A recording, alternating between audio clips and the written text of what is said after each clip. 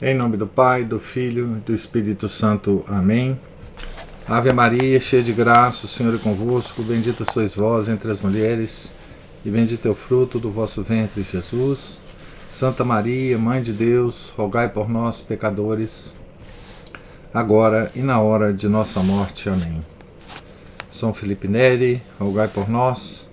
Nossa Senhora de Fátima, rogai por nós. Em nome do Pai, do Filho e do Espírito Santo. Amém. Bom dia a todos. Nós recomeçamos aqui as leituras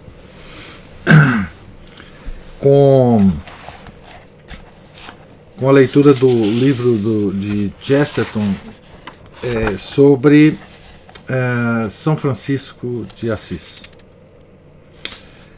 Pois então, eu tenho uma edição desse livro.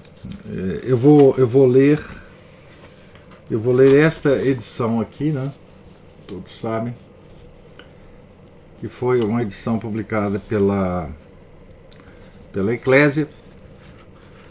E eu tenho uma edição bonita aqui desse mesmo livro, aliás, dos dois livros que nós vamos ler sobre São Francisco e São Tomás de Aquino, que é uma edição antiga da Ediouro, uma edição de 20 anos atrás. Essa edição é bonita porque ela traz ela é uma edição com muitas obras de arte, muitas fotos de quadros, tanto de São Francisco quanto de gravuras, tipo essa aqui, né? De medievais, enfim. E eu vou ler dessa edição aqui apenas o prefácio dela, porque a edição da Eclésia não tem nenhum prefácio, e eu achei interessante. Esse prefácio é curtinho, porque ele coloca algumas coisas sobre o modo de Chesterton escrever sobre São Francisco, né? Esse prefácio foi escrito por um indivíduo chamado Joseph Girzoni. O Tiago Nóbia levantou cedo hoje.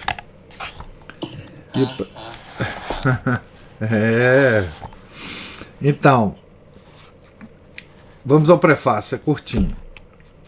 É divertido observar uma criança brincando. As crianças vivem esse mundinho próprio e o veem como algo sério, dotado de muito sentido. Sorrimos para eles. As crianças conseguem aceitar nossos sorrisos. Se zombamos delas, porém, elas fogem de nós e não hesitam em se esconder. Como adultos, há muito perdemos a chave que abre as portas da beleza do mundo infantil.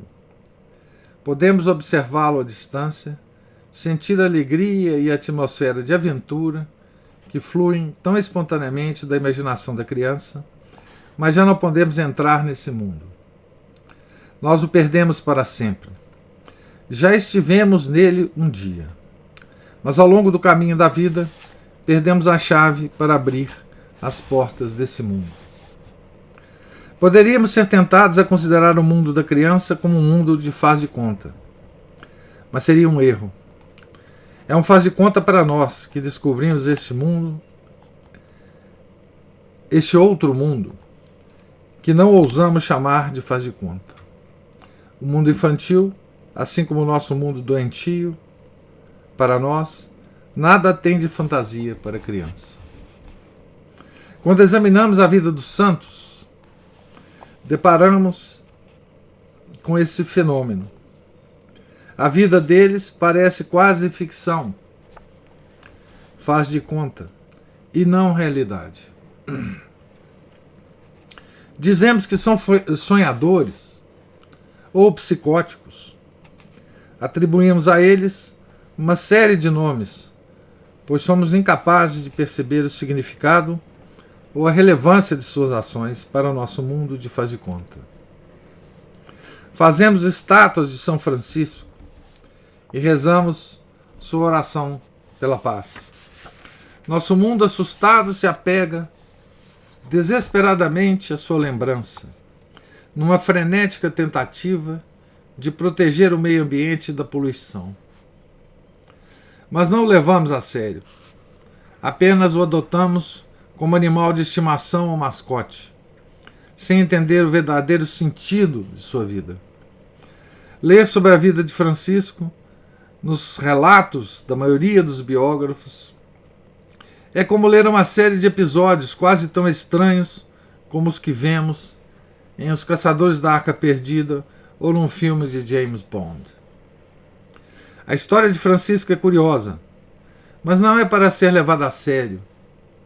E se, Deus não o permita, um dos nossos filhos começasse a fazer algumas das coisas que ele fez, nós certamente levaríamos a criança aos gritos, não ao bispo, como fez o pai de Francisco, mas a um psiquiatra, algo desconhecido naquela época.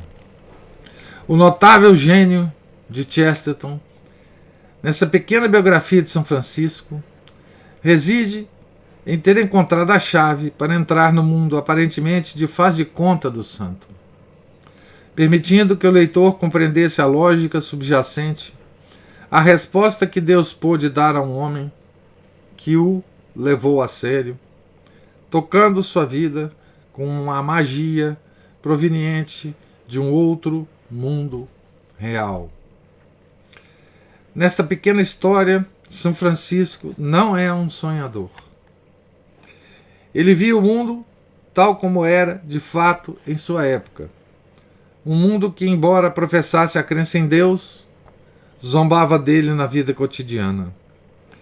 Francisco encontrou Deus e, por acaso, se apaixonou por ele. Com isso, pôde ver o mundo tal como Deus o via, passando a zombar desse mundo e de todo o absurdo que havia nele. Assim, pôde aproveitar ao máximo o seu papel de jongleur, malabarista de Deus, procurando levar os filhos de Deus a compreender realmente o que significa ser filho de Deus. Então, esse aqui é o prefácio dessa edição que eu queria ler para vocês, porque ele coloca o problema de São Francisco muito bem colocado aqui, que é o problema de um santo que é um símbolo de doidura, de coisas sem sentido, não é? Um defensor do meio ambiente, não é? Uma espécie de panteísta, não é? O São Francisco é considerado hoje o mascote dos panteístas, né? Talvez seja o santo menos compreendido na nossa época, né? Na época de Chesterton também, né? Certo? E é o santo dos patrono dos ambientalistas, né? Desses malucos modernos, né? A loucura moderna, a igreja é tão espetacular, né? Com a sua coleção de santos, que até esses malucos modernos, né, encontram santos da igreja em que se basearem, né, para as loucuras modernas, né? Então São Francisco hoje é uma espécie de ambientalista avant la lettre, né? E ao longo do tempo ele recebeu várias biografias. O Chesterton vai falar sobre isso, sobre duas biografias dele especificamente no primeiro capítulo do livro, né? e a percepção que ele tem dessas biografias, né? Nós vamos, ao longo desse livro, ver um gênio literário, né? A escrever sobre um santo de sua devoção, né? Obviamente, mas de uma perspectiva tão diferente, tão criativa, tão especial, que assusta a gente, né? O Chesterton foi um grande biógrafo, né? Um grande biógrafo, não só de santos, né? Ele escreveu biografias extraordinárias, né? Inclusive de escritores, né? Eu acho, até onde eu sei, essas biografias, fora as de São Tomás e São Francisco, ainda não foram traduzidas, né? Tomara que sejam. Ele escreveu biografias de escritores, né, famosos, e recebeu grandes elogios por essas biografias. Mas desses santos, em especial São Francisco e São Tomás, ele toma uma perspectiva tão diferente, tão elucidativa. Nós veremos isso aqui, até assusta a gente, né? A percepção de Chesterton sobre a sutileza que Chesterton vai tratar São Francisco, a compreensão, né, que ele vai ter desse santo, as portas que ele vai nos abrir para enxergar São Francisco do jeito que talvez ele quisesse ser visto, né, por nós, né? Então, o primeiro capítulo do livro se chama O Problema de São Francisco. Até o título é curioso, né? O Problema de São Francisco. Vocês vão ver que o problema de São Francisco é o problema do nosso mundo, na verdade, não de São Francisco, né? Nessa pequena introdução que ele faz aqui. Vamos a Chesterton, então, né? Na literatura moderna, então estou no primeiro capítulo, página 7 do livro, né? Na literatura moderna, pode-se traçar de 3 maneiras um perfil de São Francisco de Assis. E entre estas, o escritor deverá fazer a sua escolha. A terceira maneira, aqui adotada, é, sob certos aspectos, a mais difícil. Ao menos seria a mais difícil se as outras duas não fossem impossíveis. Ele vai adotar a terceira maneira. Então vamos ver as duas primeiras, né? Em primeiro lugar, o escritor poderá considerar esse grande e surpreendente homem como uma figura da história secular e o modelo das virtudes sociais. É como provavelmente o homem moderno vê São Francisco, né? O homem moderno, o homem atual, né? Poderá descrever o divino demagogo como o único democrata verdadeiramente sincero do mundo. É provável que de fato tenha sido. Poderá dizer, o que não seria muito significativo, que São Francisco se adiantara à sua época. Poderá narrar, e isso é verdade, seria verdade, que ele antecipava tudo quanto no convívio atual se apresenta com o máximo de liberalidade e de complacência. O amor à natureza, o amor aos animais, o sentimento da compaixão social, o senso dos perigos espirituais decorrentes da prosperidade e até mesmo das posses materiais. Todas essas coisas que ninguém compreendeu antes de Wordsworth eram bens com que São Francisco já estava familiarizado. Wordsworth é um poeta inglês, vamos dizer assim, panteísta. Ele gostava de louvar as coisas da natureza, né? Por isso que o Chesterton cita ele aqui. Poeta do século XIX. Tudo quanto fora descoberto pela primeira vez por Tolstói, São Francisco já tinha como certo. Poderia ser apresentado como herói, não apenas humano, mas sobretudo humanitário. Nós gostamos dessa palavra hoje, né? Humanitário. Como de fato, o primeiro herói do humanismo, antecipando aí o Renascimento, né? Fora descrito como uma espécie de estrela d'alva da Renascença. E na comparação de todas essas coisas, a sua teologia ascética poderia ser ignorada e até mesmo abandonada como acidente contemporâneo, que felizmente não foi acidente fatal.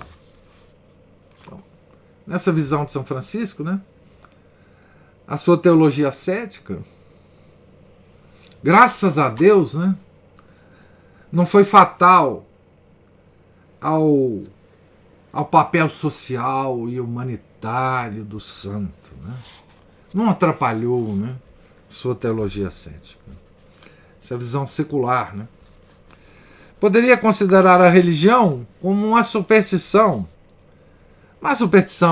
inevitável, da qual nem o próprio gênio conseguiria eximir-se totalmente. E nessa consideração seria injusto condenar, em São Francisco, sua renúncia individual ou censurá-lo indevidamente pela castidade. Coitado. Estava vivendo numa época, tinha um certo visão de mundo, né, que o levava a essas bobagens. Não é? É bem verdade que, ainda quando colocado em perspectiva tão imparcial, sua postura continuaria a parecer heróica. Restaria muito a dizer a respeito do homem que tentara por fim as cruzadas, falando aos sarracenos, ou que intercedera pelas aves junto ao imperador.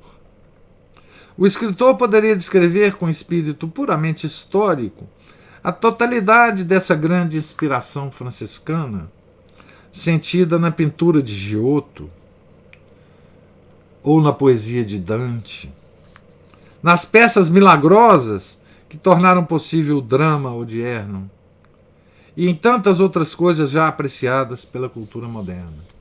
Giotto foi o grande pintor de São Francisco de Assis, né? Poderá fazê-lo, como já outros o fizeram, sem quase levantar questão religiosa alguma. Em suma, poderá tentar narrar a história de um santo sem Deus, o que seria equivalente a escrever uma biografia de Nansen sob proibição de mencionar o Polo Norte. Nansen, ele era muito famoso na época de Chesterton, né, porque ele foi um explorador norueguês que chegou mais próximo, na época, do Polo Norte, né? Em segundo lugar, então essa é a primeira perspectiva, né, de considerar São Francisco um herói puramente humano, né, cuja religião, graças a Deus, não atrapalhou o heroísmo do santo, né? Em segundo lugar, poderá o escritor colocar-se no extremo oposto e decidir, por assim dizer, manifestar-se ousadamente religioso. Poderá fazer do entusiasmo teológico o seu tema, tão categoricamente como fizeram os primeiros franciscanos. Poderá tratar da religião como da coisa verdadeira, que fora para o verdadeiro Francisco de Assis. Poderá, por assim dizer, fruir de uma alegria austera, fazendo desfilar os paradoxos do ascetismo e toda a confusão da humildade. Bonita essa expressão aqui de Chesterton, né? Confusão da humildade. Poderá marcar toda a história com os estigmas, registrar jejuns como lutas com um dragão, até que na vagamente moderna São Francisco se converta numa figura sombria como a de São Domingos. Poderá, em suma, produzir algo que muitos do nosso mundo irão comparar a um negativo fotográfico, em que se processa a inversão de todas as luzes e sombras. Algo que aos nécios será impenetrável como as trevas, e até a muitos sábios invisível como matéria escrita em prata sobre fundo branco. Semelhante estudo da personalidade de São Francisco seria ininteligível a quantos não compartilhassem da sua religião, e talvez apenas parcialmente inteligível àqueles que não participassem da sua vocação. Conforme os graus do julgamento, seria considerado coisa ou ruim demais ou boa demais para o mundo. Essa é a perspectiva religiosa, não é? Esmiuçar os meandros da sua ascética, né? Os seus milagres, né? As suas penitências. Né? A única dificuldade de fazer a coisa deste modo é que não pode ser feita. Para descrever a vida de um santo, seria realmente necessário outro santo.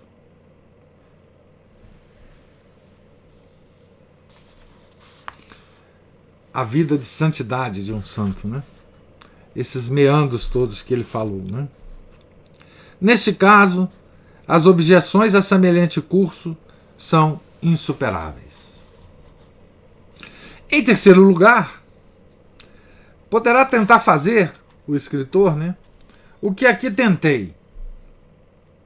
E como já observei, o processo tem problemas peculiares que lhe são próprios. O escritor poderá colocar-se na posição do observador e pesquisador comum moderno, posição em que, com efeito, o presente autor ainda se acha em larga medida, quando antes aí se mantivera inteiramente. O presente autor é o próprio Chesterton,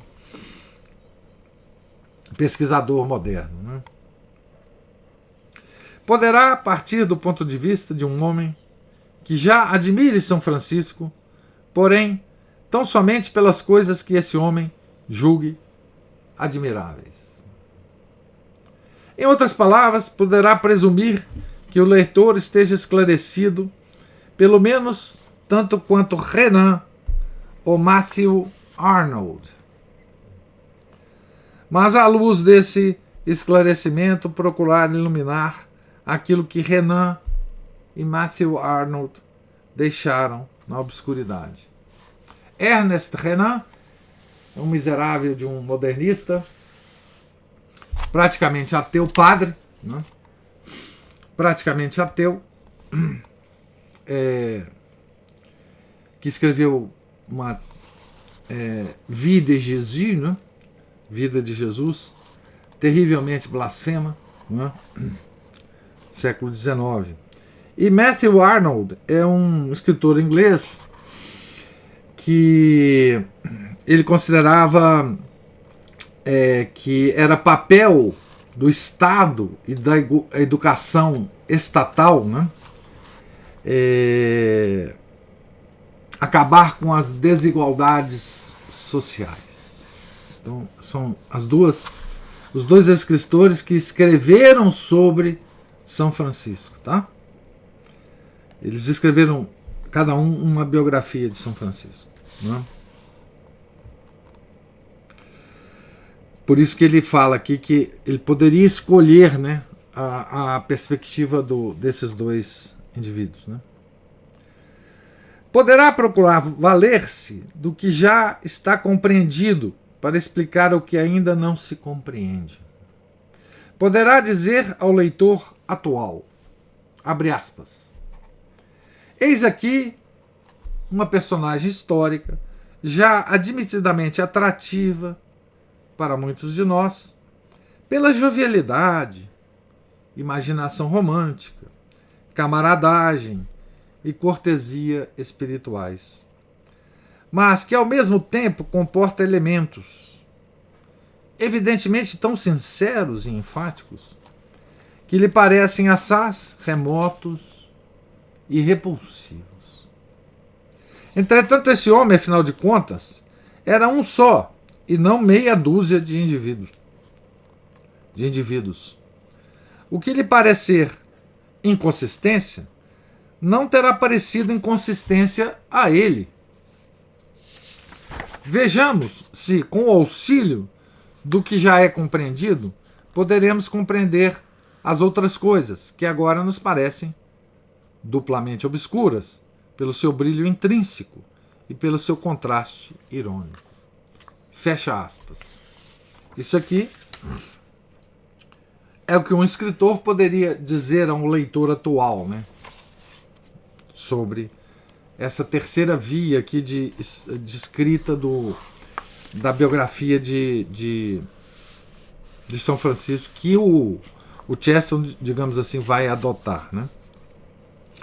Não suponha, claro, que de fato eu seja capaz de atingir tal inteireza psicológica num esboço rudimentar e curto como este. O que desejo salientar é que é esta a única condição de controvérsia a que aqui me arrogo. Que me dirijo ao observador simpatizante. Não tomarei sobre mim nem mais nem menos do que este acordo. A um materialista poderá não interessar se as inconsistências se reconciliem ou não. As inconsistências da vida de São Francisco, né? O católico poderá não ver inconsistência alguma em reconciliar. Mas aqui estou dirigindo-me ao homem moderno comum, simpatizante, mas cético, e só posso vagamente esperar que, abeirando-me da história desse grande santo, pelo que ela tenha de evidentemente pitoresca e popular, ampliarei um pouco a compreensão do leitor acerca da incongruência de um caráter complexo, que, entrando dessa forma, poderemos ao menos vislumbrar o porquê do poeta que, louvando o seu senhor, o sol, a miúde se escondia numa caverna escura. Porquê do santo que, tão brando com seu irmão lobo, era tão rude com seu irmão burro, como ele batizara o próprio corpo. O porquê do trovador que, dizendo que o amor lhe lançava chamas ao coração, se afastava das mulheres. O porquê do cantor que, regozijando-se da potência e alegria das chamas, rolava deliberadamente na neve. O porquê da própria canção que, clamando com a paixão ardente de um pagão, abre aspas, louvado seja Deus pela nossa irmã, a Mãe Terra, que gera variadas frutas, ervas e flores brilhantes. Quase termina com as palavras: louvado seja Deus pela nossa irmã, a morte do corpo. Veja que aqui nesse trecho, né, o Chesterton, ele coloca ênfase, né, em todas essas incongruências de São Francisco. Essas coisas que o mundo moderno não compreende. Não é? Ele está dizendo para nós, não é? Como esse santo é estranho para nós modernos. Como não se conciliam essas facetas de São Francisco, né? Como que ele louva o Deus Sol, né? E se esconde na caverna. Por que ele é tão brando com o irmão lobo e tão cruel com o irmão burro, que ele considerava o corpo dele, né?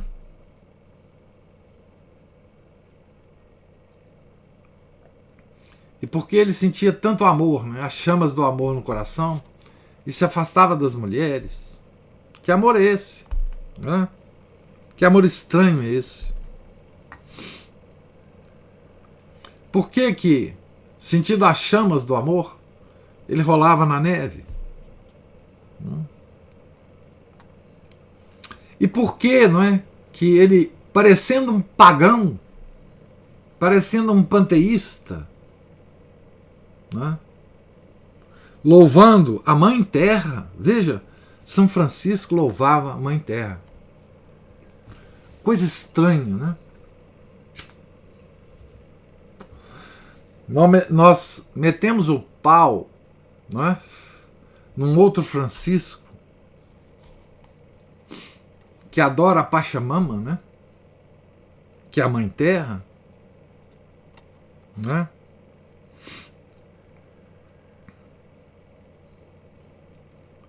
Mas também que louva uma coisa que nenhum panteísta louvaria, né? A nossa irmã, a morte do corpo. Que santo é esse? Não é? Que santo esquisito é esse? Lembra que quando nós estávamos estudando o livro do professor Orlando, né? Um dos primeiros capítulos do livro, ele faz um comentário sobre essa oração de São Francisco. Também querendo fazer um paralelo, né, entre, digamos assim, um aspecto enganoso, obviamente, panteísta do santo, né, e a nossa verdadeira religião. Né? Então, esse santo, ele é incompreensível para nós, né? Hoje, não dá para. Ele é um enigma para nós, né? Como assim um santo pagão? Louvando a Pachamama, a Mãe Terra. Renan e Matthew Arnold falharam totalmente nessa empreitada.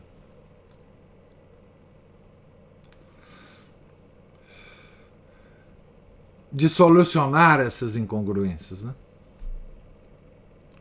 Contentaram-se em acompanhar Francisco com seus louvores, até que se viram embargados pelos seus preconceitos. Os preconceitos obstinados dos céticos. Então, a um cético, São Francisco é incompreensível, né? No momento em que Francisco se pôs a fazer qualquer coisa que não compreenderam ou da qual não gostaram, eles não procuraram compreender e muito menos apreciar. Voltaram simplesmente às costas e não mais o seguiram. Dessa maneira, nunca haverá quem faça progresso num curso de investigação histórica. Esses céticos são realmente forçados a abandonar toda a questão em desespero. Deixar o mais simples e o mais sincero de todos os caráteres históricos como um acervo de contradições, para serem elogiados pelo critério de quem hesita em dizer se alguma coisa é inteiramente boa. Os preconceitos modernos, né? Os preconceitos modernos. Arnold refere-se ao ascetismo do Monte Alverno, quase apressadamente, como se for uma mancha infeliz, mas inegável na beleza da história, ou melhor, como se fosse um colapso lamentável e uma burla ao fim da história. Monte Alverno foi onde ele recebeu os estigmas, né? Tem uma pintura de Giotto muito bonita da recepção dos estigmas de São Francisco no Monte Alverno. Ora, isso é simplesmente um caso de cegueira total. Veja, essa parte do Monte Alverno, né? O Arnold, né? Ele simplesmente desconsidera, acha um colapso lamentável, né, na história de São Francisco. Ora, isso é simplesmente um caso de cegueira total, em face do ponto culminante de qualquer história. Representar-se o Monte Alverno como o mero colapso de Francisco é o mesmo que representar o Monte Calvário como o mero colapso de Cristo. Esses montes são montes, fora o mais que possam ser, e é tolice dizer,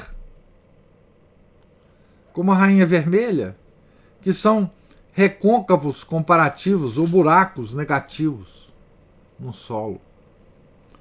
Foram destinados, assaz manifestamente, para desempenhar o papel de culminâncias e balizas. Referir-se aos estigmas como uma espécie de escândalo, e do qual se aproximar discretamente, mas com pesar, corresponde exatamente a considerar as 5 chagas originais de Jesus Cristo como 5 nódoas no seu caráter. Pode-se desaprovar a ideia do ascetismo e pode-se igualmente não gostar da ideia do martírio. Ou, a respeito disso, pode-se ter desagrado natural e honesto a todo o conceito de sacrifício simbolizado pela cruz. Mas, se tratando de uma repulsa inteligente, pode-se, não obstante, ainda reter a capacidade de ver o ponto central de uma história, seja ela de um mártir ou de um monge. Você veja, Chesterton está tentando salvar aqui, não é? Uma certa repugnância que nós temos contra a cruz, né? Ele está dizendo o seguinte: essa repugnância à cruz é natural num homem inteligente, não é? Repulsa inteligente, ele diz aqui, não é? Mas o que ele não pode admitir num homem inteligente é que ele não considere a cruz como ponto culminante na história de Nosso Senhor.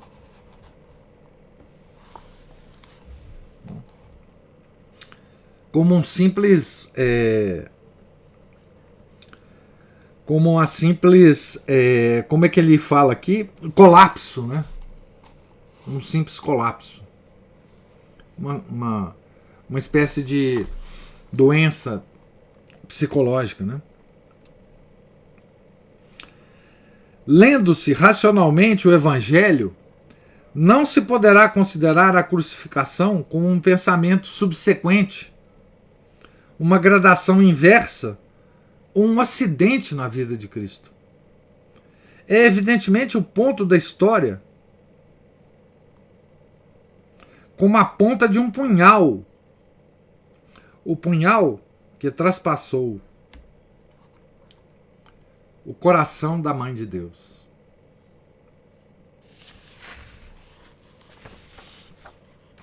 E não se poderá ler racionalmente a história de um homem apresentado como um espelho de Cristo, sem compreender a sua fase final como homem de sofrimento, e pelo menos apreciar artisticamente a propriedade de receber numa nuvem de mistério e isolamento, infligidas por mãos que não foram humanas, as cicatrizáveis chagas eternas que curam o mundo.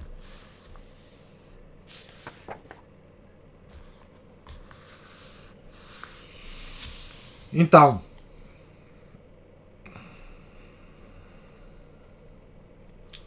ele está dando uma lição no mundo em que ele vivia, Chesterton, tá certo? Uma lição terrível aqui. E quando eu digo o mundo de Chesterton, é o nosso mundo hoje. Obviamente nós estamos vivendo numa situação bem adiantada na piora do mundo, mas o mundo de Chesterton era o mundo dos céticos, né? Era o mundo dos ateus, né? Era um mundo que estava se libertando do cristianismo, né? Um mundo que vivia um paganismo pós-cristão, né? Mas que tinham grandes homens que, digamos assim, valorizavam certas coisas da nossa religião. Hoje a gente já não encontra mais esse mundo, né? E uma das coisas que eles valorizavam era exatamente São Francisco de Assis, né? Mas ele critica aqui a visão que esse mundo tinha de São Francisco, né? Como pode, né, esse mundo olhar São Francisco e não perceber Monte Alverno, né? Não perceber o cume da vida de São Francisco, que são os estigmas, né? A recepção dos estigmas. É porque nesse mundo, né, esse mundo já não mais entendia a própria cruz de Nosso Senhor, né? O lugar onde Nosso Senhor recebeu os seus estigmas, né? Então ele está fazendo aqui uma gravíssima, uma pesadíssima crítica a esse mundo, né? Principalmente baseado nesses dois autores, né, que escreveram a vida do santo sem perceber o Monte Alverno, ou desprezando o Monte Alverno, ou desprezando os estigmas de São Francisco, né? Ele está dizendo assim: se você fizer isso, você não vai compreender São Francisco, né? Não dá para compreender São Francisco, tá certo? E ele vai dar aqui nas últimas páginas, que eu não vou ler hoje, vai ficar como cenas do próximo capítulo, né? a visão do próprio Chesterton sobre São Francisco. Aqui nessas 2 páginas, ou 3 aqui, que faltam para terminar essa introdução, ele vai, então, dizer para nós como é que ele, Chesterton, como é que ele vê São Francisco, né? Qual que é a chave de compreensão que ele vai usar no livro em relação a esse santo, certo? E qual que é, então, a perspectiva dele para escrever a obra dele, certo? Então, enfim, eu agora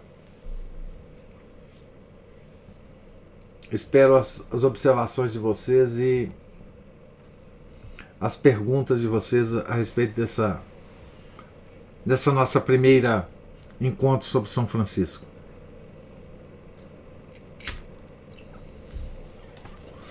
Professor, sim, o senhor falando aí sobre os ateus, né? Me dá uma impressão de que para os ateus não basta não crer, eles têm que se revoltar contra, porque parece haver uma inveja, assim, uma raiva dos bens espirituais que eles não possuem e que eles não, dos quais eles não são capazes.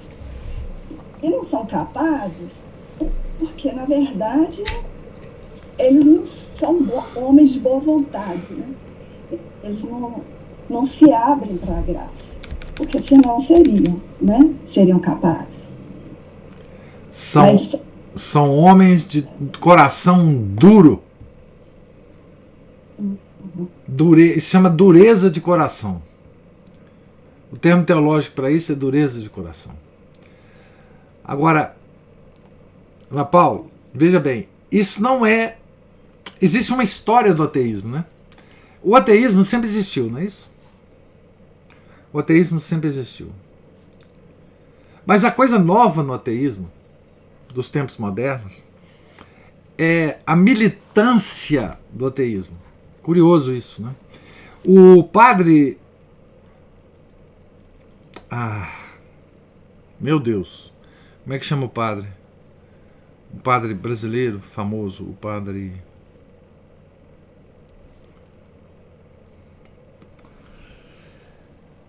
Ai, meu Deus do céu. Aquele da Psicologia da Fé, como é que chama aquele padre, gente? Padre... Fundou a PUC do Rio. Padre... Oh, meu Deus. Padre... Peraí, gente. Peraí que eu não posso esquecer o nome desse padre, não.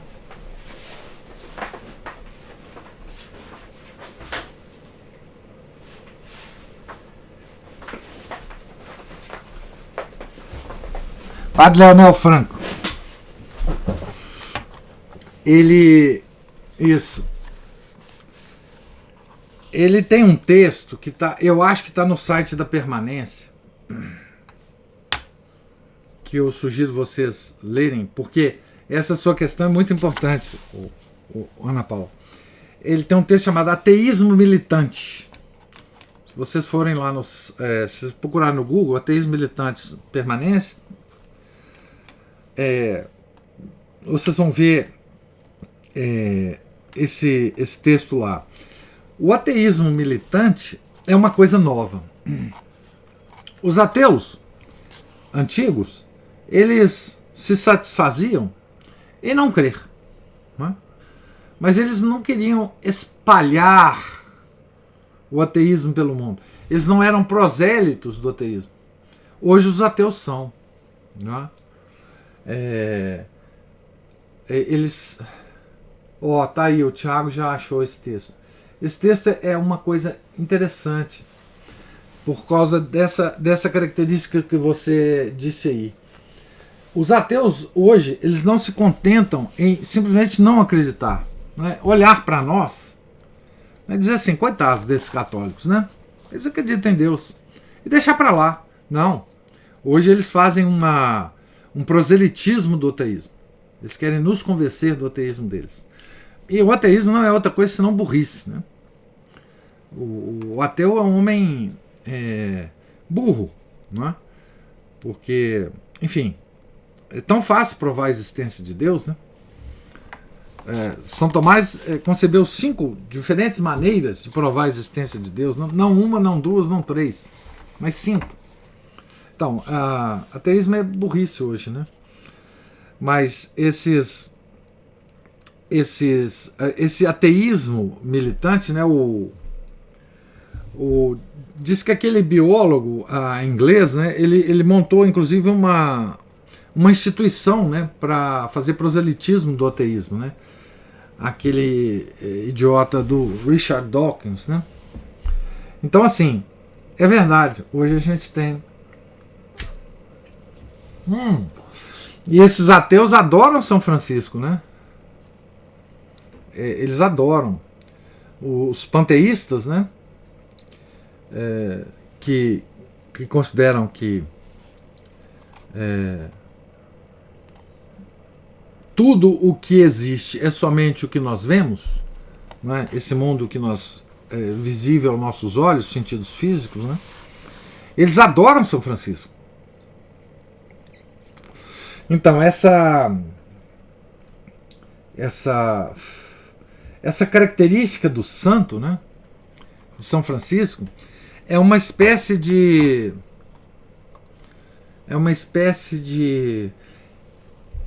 o São Francisco era considerado o malabarista de Deus, né, o jongleur de Dieu. E ele faz até hoje esses malabarismos, né? Ele fica como que gozando da cara desses ateus, né? Tá certo? Quanto mais esses ateus louvam São Francisco, mais isso parece uma piada, né? Uma piada. Assim, como pode, né? Esses caras louvarem São Francisco, né? Não entenderam nada. E isso é que Chesterton vai deixar muito claro, e tem deixado muito claro no que eu já li, né? Que essa perspectiva de encarar o santo, né? Veja, porque assim, se a gente for ler, né, aquela oração de São Francisco, né? Louvado seja Deus, etc. Laudate, né? Ele parece um pagão, ele parece um panteísta, né? Em certas partes da oração, né? Tá certo? Mas, e parece a esses ateus modernos, né, um companheiro de viagem, né? Um companheiro de viagem. Por quê? Aqui o Chesterton explica, né? A chave é considerar que os estigmas do Monte Alverno foi um colapso psiquiátrico que o São Francisco teve, né? Então, nós achamos esse cara interessante, mas coitado, teve um colapso lá no Monte Alverno, devia estar com fome, devia estar muito fraco, teve um colapso lá e começou a acreditar que ele era estigmatizado, mas vamos desculpar isso em São Francisco, né? Mas essa é a perspectiva moderna. E é isso que o Chesterton denuncia aqui, né? E vocês vão ver que a chave que ele vai encontrar para entender São Francisco é uma chave extraordinária. Né? Extraordinária. E veja, ele está escrevendo aqui, como ele próprio diz, né, Chesterton, para os meramente simpatizantes do santo. E ele vai tentar, a partir dessa simpatia que as pessoas têm pelo santo, chamar a atenção dessas pessoas, desses simpatizantes, né, para a verdadeira personalidade do santo, né? Ele vai tentar integrar, né, nessa biografia todas aquelas incongruências, aparentes incongruências, né, do santo.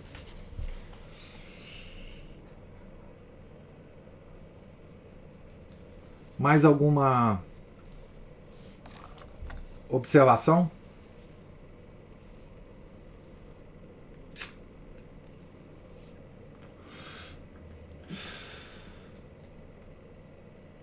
Então, eu parei então na página 12, no começo do segundo parágrafo da página 12, e continuaremos aqui, se Deus quiser, amanhã a partir desse ponto, tá certo? E continuando aqui com o nosso condutor aqui, o Gilbert Chesterton, né? Tá certo?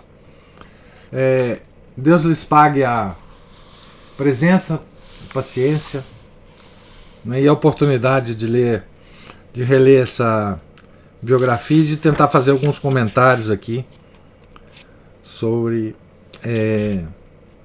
essa obra. Tá certo? Tenham todos um santo dia. Fiquem com Deus. Em nome do Pai, do Filho e do Espírito Santo. Amém. Ave Maria, cheia de graça, o Senhor é convosco. Bendita sois vós entre as mulheres, e bendito é o fruto do vosso ventre, Jesus. Santa Maria, Mãe de Deus, rogai por nós, pecadores, agora e na hora de nossa morte. Amém. São Felipe Neri, rogai por nós. São Francisco de Assis, rogai por nós. Nossa Senhora de Fátima, rogai por nós. Em nome do Pai, do Filho, do Espírito Santo. Amém.